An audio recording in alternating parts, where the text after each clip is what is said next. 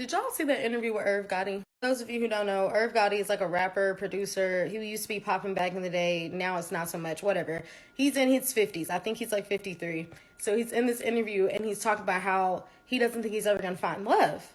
He goes on to describe that he's dating a 26-year-old woman, gorgeous, and she asked him for 25K. And he's like, where does she get off asking me for this? Why does she have the right to ask me for this? Blah, blah, blah, blah. And I understand, but why are you as a 50-year-old man wanting to date women who are 26, arguably in the prime of her life, and you think that she wants to be with you for you? You're trying to find love. You don't want to date women your age. You only want to date 20-year-olds, and you think that they're going to be with you because of who you are.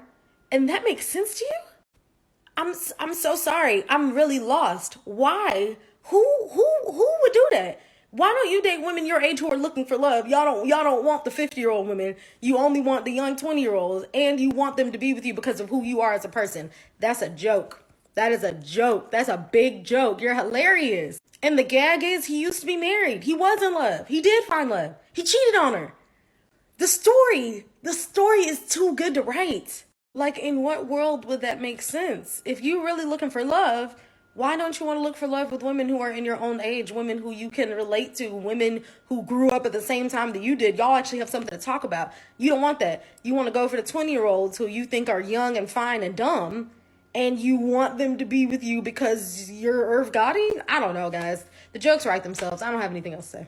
Here's the thing. In this situation, Irv Gotti at 50, he got with a chick who's 26, but he got with a 26-year-old chick who's a bird, who is only with him because he's Irv Gotti and he got money. That's not gonna work if you want her to like you for you. Because all Fred fam, it is what it is. But it's not impossible for a man 50 to get with a woman who's 26 and she love him for him. Because as a man, your value is based on your resources, is based on who you are as a person, and it's also based on having good health, right? If a man is 50 years old and he's keeping himself up, he's in his bag, he's self-improving, he's structured, he's focused. If he is to go after a 26-year-old virtuous woman, it's going to work completely different. Now, if you go after a chick who's 26 years old and she's for the streets, she's a gold digger, of course it's not gonna work. Of course you can't expect her to like you for you. So Irv Gotti just chose the wrong chick, but it's not impossible. So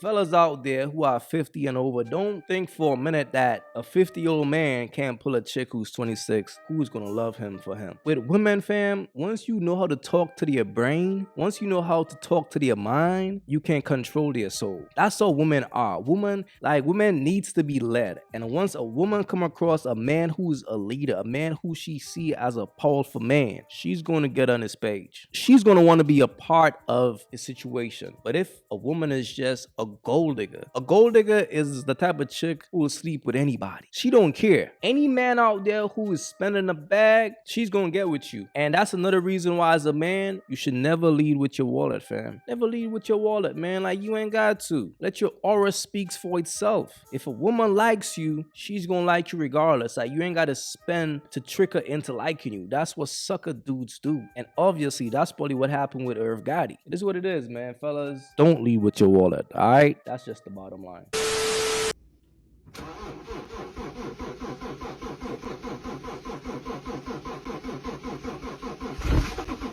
I noticed that the lights were on, so I'm thinking that this is the kind of man that Tyler Perry was talking about that can only pay the light bill. See, the idea of marrying for love sounds romantic. They always sell you on this idea that it's so beautiful. I will love you. I will love you in a cardboard box under a bridge, until you actually have to love that man in a cardboard box under the bridge. And the first thing that goes out the window is that quote unquote love. One of the biggest reasons why couples break up or why they fight is because of money. And if you know that going in, it's one of the things that I think it's important for you to be equally yoked with. People always think about equally yoked in the Bible about like just being like the same religion. No. Are we on the same page about a lot of things, about our core values? It's always the men with no money at all that's talking about, what about love? If you love me, why you need a ring that costs more than $1,500? If you love me, why do I need to give you a ring at all? If you love me, why we got to have a big wedding? It's always the men who don't have enough or don't have much to offer you that's going to harp on love. It's about love. It's about love. But if she gains some weight, they're out of there. I played this video a couple of months ago. This man made a video. He was talking about all the different things that women said men left him for. One of them said that the wife lost her hair due to chemo, and he likes chicks with long hair. What? Another one was like, his wife was allergic to sand, I want to say. And he's like, I want the kind of woman that can go with me to the beach. These are the same kind of men that want you to overlook everything and the slightest, smallest little thing. And they'll say, you know what? I don't think I want to do this anymore. That's why I say, get what you want. They're not settling for you, so don't you dare settle for them.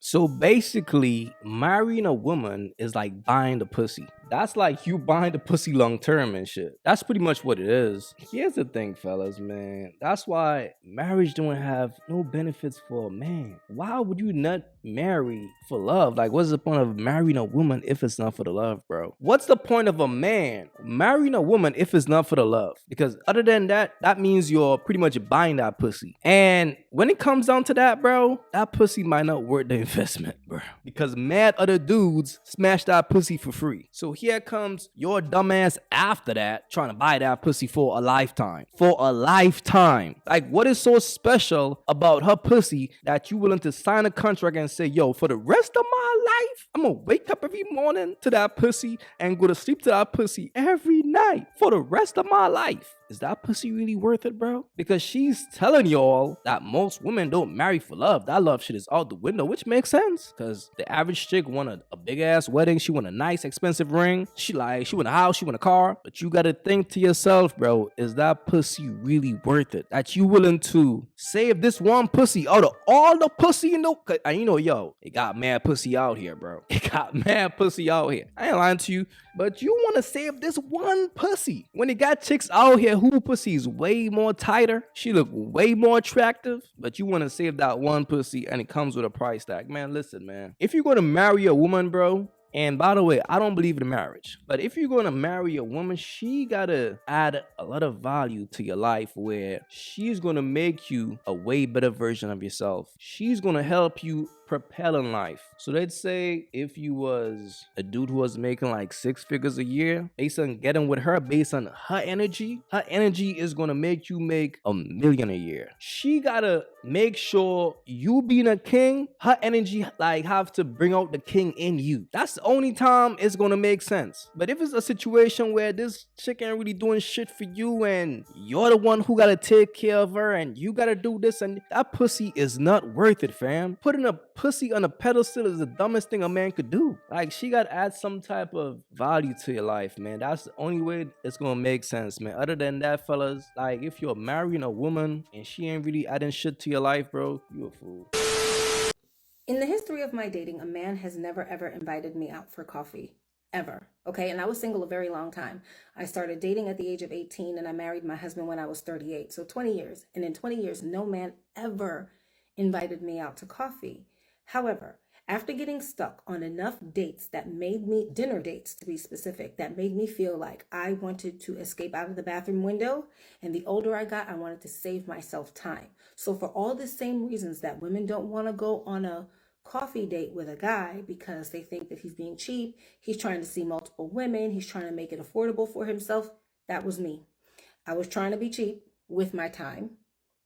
I was trying to make this affordable with my time, and I was trying to see multiple men. So what I would do when I would meet men online is I would schedule a meetup. It's not a date, it's just a meetup. I would say, hey, let's meet for coffee, let's meet for drinks. Let's just check the vibe to see if there's anything there. I thought it was low investment for me in terms of my time and preparation, and it was low investment for them, because how much could coffee or a couple of drinks really, really cost you? And I would schedule multiple in one day. So that means I get one set of hair, one set of makeup, one set of clothes, and I'm going to meet Tim at 10, Peter at 12, and Bob at 2. This is how I met my husband. Because when I met him, I was like, yeah, he was like, how's it going on the apps? It's going great on the apps. Are you meeting people? Yeah, I've been just, if vibes are good or whatever, if I think there's a connection, I'll ask guys to meet me for coffee. And, I usually meet a couple of them in a day. And he was like, how do I get one? How do I get a meetup? How do I get to see you in real life? And I was like, okay, well, this Sunday at 4:00, this was my next opening. And he was like, dang, I don't even get prime time. You don't even get prime time. And the rest is history. There's never been an instance where I've told a man to meet me for coffee and it didn't turn into a proper first date, because these are short little meetups. We're just meeting up. So 30 to 45 minutes. If you want to, spend more time with me, you got to take me to dinner. Proper. That's it. I mean, it was my way, again, because I was older, to meet multiple men and know very quickly if there was a connection, yes or no, because I was meeting several men at a time. I had 2 days off of work a week. I was working 5 days a week. And in those 2 days, I could easily see 6 to 7 guys if I scheduled 3 coffee meetups this day and 4 coffee meetups on that day. And yes, I did it. And yes, I let these men know what I was doing. Some men did not react very favorably. Some men were like, oh my God, you talking to how many dudes? If we met on the apps, we're all talking to multiple people. Stop acting like you don't got 4, 5, 6, 7, 8, 9, 10 conversations open.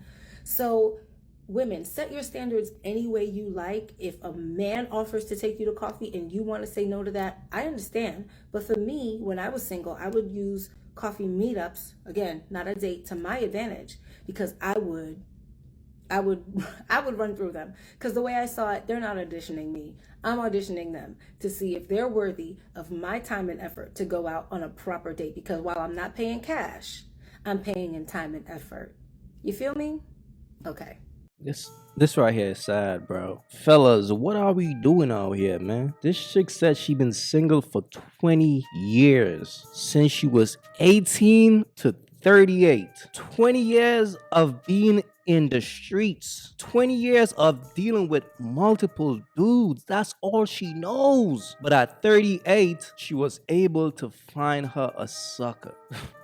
This is just crazy, man. This is why I blame you simps, man. You simps are the reason why hoes are being hoes. You're the reason why hoes don't see any issue with being a hoe. Like, she said this shit like this shit was okay. Like, yeah, so I started dating at 18 and I finally found my husband when I reached 38. So 20 years I just been running through dudes. She said it. Just been running through dudes. This shit is crazy, bro. But as a man, this is what I be talking about when I say pay attention to the signs. If you meet a woman and she tells you that she been single for 20 years and you still marry her, dog, this is what it is, bro. You just a sucker. And it's sad. Some of y'all dudes have to value yourselves, bro. When it comes to marrying a woman, when it comes to saving a woman, dog, you could do better for yourself, dog. You ain't gotta save a woman who been in the streets for 20 years. Her entire prime, she give it away to the players. At 38, pussy all beat up, crinkle up like a raisin, that's when she's gonna hand it to you. And you're cherishing that pussy like it's some fresh new pussy, when it's some pass me down ass pussy, man. If you're gonna marry a woman, bro, you could do better for yourself. If you're gonna save a woman, at least save a woman of quality. There's a lot of women out here who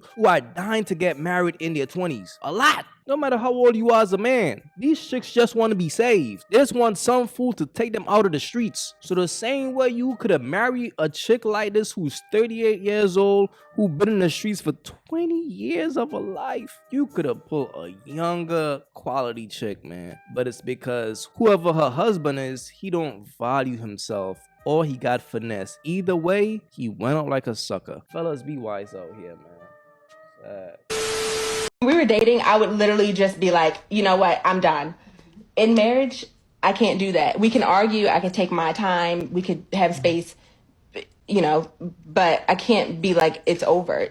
That's not it. But given that that was a pattern of yours, Yeah. Was it like an off switch when you got married? You were just like, I can't do that anymore, or what?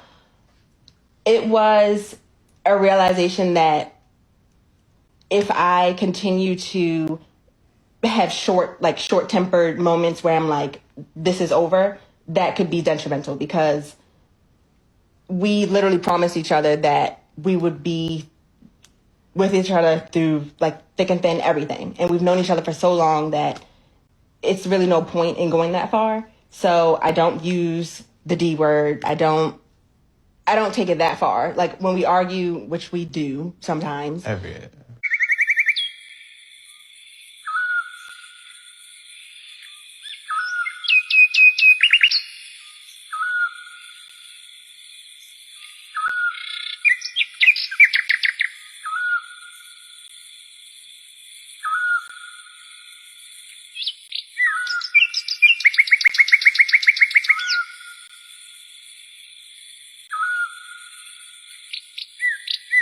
If you haven't yet, go get you some of that merch. Y'all already know, don't feed the birds.